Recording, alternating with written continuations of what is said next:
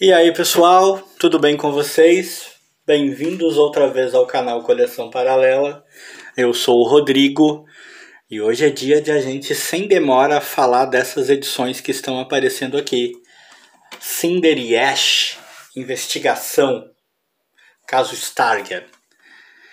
Cara, fazia um tempo já que eu estava planejando falar sobre essa minissérie. É uma minissérie em 2 edições, publicada pela editora Abril.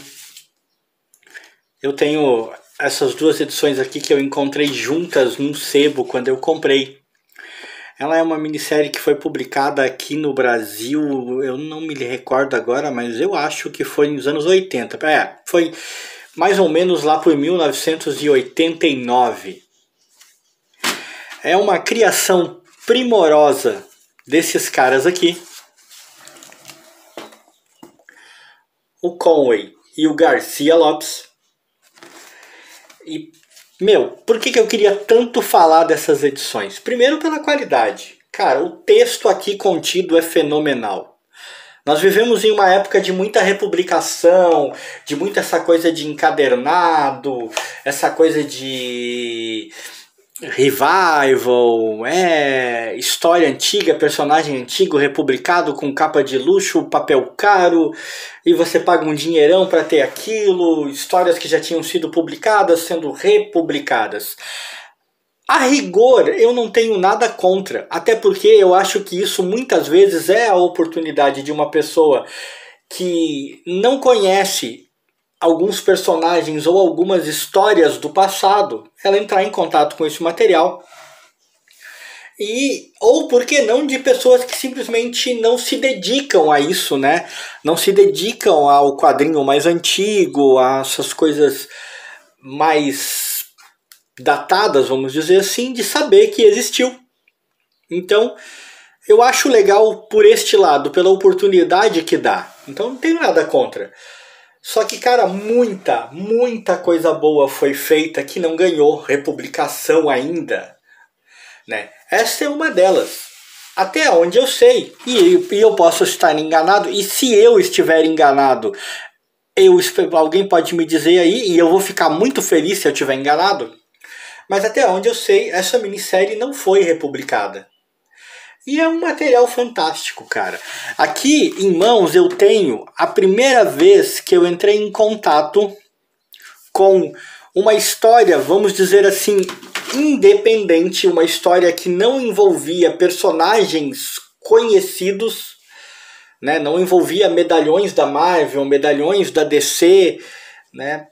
Uma história com personagens originais e cuja trama ela lembra muito a um filme, ela parece roteiro de filme, um filme de ação, um filme de investigação, um filme policial, com gigantescas cargas de dramaticidade. É uma história que consegue ser tocante, revoltante, violenta e redentora ao mesmo tempo.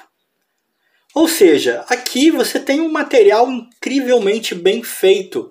E até então, cara, meu contato com os quadrinhos era muito restrito ao universo Marvel, ao universo DC e aos faroestes.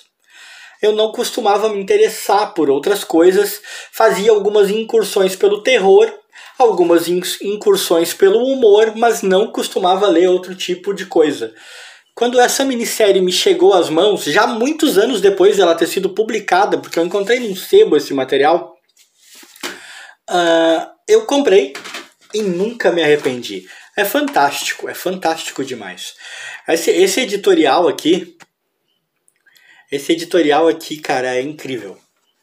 É incrível. Né? O cara faz alguns paralelos aqui e te dá... Ele fala de Coração Satânico, do Alan Parker. Ele recomenda a você ler a edição escutando jazz. Duvido muito que a maioria das pessoas tenha feito isso, principalmente porque, por mais que a temática aqui seja até bem adulta, a maior parte de quem comprava era moleque, né, cara, criança, e os caras não vão ouvir jazz. Mas esse editorial já é por si só uma coisa maravilhosa. A arte do Garcia Lopes não requer apresentações. Ele é incrível. A história já começa com a Cinder cumprindo uma missão e mostrando a que veio, né, suas habilidades. Ela é toda juventude e fúria, né, enquanto o nosso querido Ash é um cara calejado, é um cara casca grossa, é um veterano de muitas guerras, né, de veterano de muitos combates, mas que, digamos assim, ele tem menos essa chama dentro dele, menos que a Cinder. Talvez seja uma coisa da idade, por que não? E eu lembro que quando eu vi os primeiros anúncios dessa história, na época em que eu não me interessei por adquirir, o anúncio aparecia com esses dois quadros. Ele aqui e ela, assim, essas duas imagens, né, sem essa imagem do meio. E a ideia que eu fazia a respeito era diferente. Eu ficava tentando imaginar o que eles eram. Eu achava que eles talvez formassem um casal. E o curioso é que eles não eram um casal, né? Eles estavam quase mais próximos de serem pai e filha, né? De certa maneira até eram isso que era. Mas eles passaram muito perto de ser um casal. E a história principal dessa minissérie gira muito em torno do passado da Cinder. Do passado da Cinder que se entrelaça com o passado do Ash.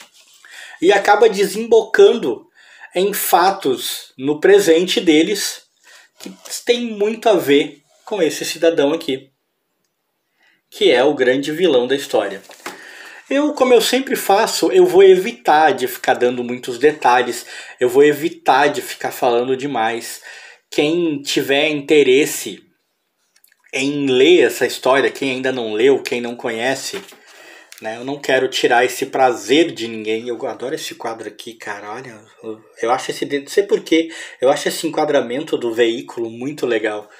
Mas quem quiser ler, cara, tem que ler e tem que ler com os olhos de quem tá descobrindo na hora. Não é legal ficar contando, eu não vou dar o famoso spoiler, eu acho essa capa muito show também. E na primeira parte eles conhecem o caso, eles se envolvem com o caso, tem muito flashback mostrando o passado de ambos, aquela coisa de nos explicar como a relação se deu, como eles se envolveram, de nos mostrar as diferenças entre um e outro, a maneira como as pessoas viam ambos. E a segunda parte, quando nós estamos chegando próximos à dramática conclusão, ela não perde absolutamente nada a primeira parte, tá? É um texto fantástico. Eu leio poucas HQs que eu penso assim, cara, isso podia ser um filme. Principalmente porque, como eu já falei aqui, eu tenho um certo ranço de adaptações cinematográficas baseadas em quadrinhos. Parece que eles sempre destroem o quadrinho. Tenho conhecimento total das razões pelas quais grande parte das mudanças são feitas. Sei que algumas são até justificáveis, outras não. Mas não consigo evitar de ter esse ranço. Mas essa história aqui, Cinder e Ash, cara, isso aqui daria um ótimo filme. Talvez até mesmo hoje em dia, apesar do tempo que se decorreu em que a história foi escrita e de que ela é uma história que depende muito do meio em que aconteceu, tá?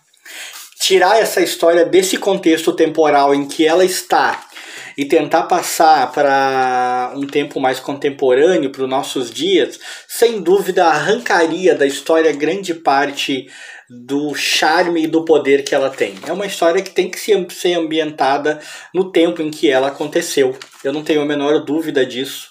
Mas isso para uma indústria cinematográfica não seria grande problema, né? Produzir um filme que se passa em determinada época.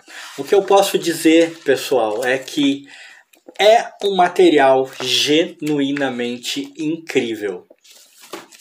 Se você tiver a oportunidade de ler, se você não leu, se você não conhece Cinder e Ash, não perca seu tempo. Leia. Leia e volta aqui para comentar comigo se você gostou. Eu acho pouco provável que você não goste. E se você gostou deste vídeo, deixa like.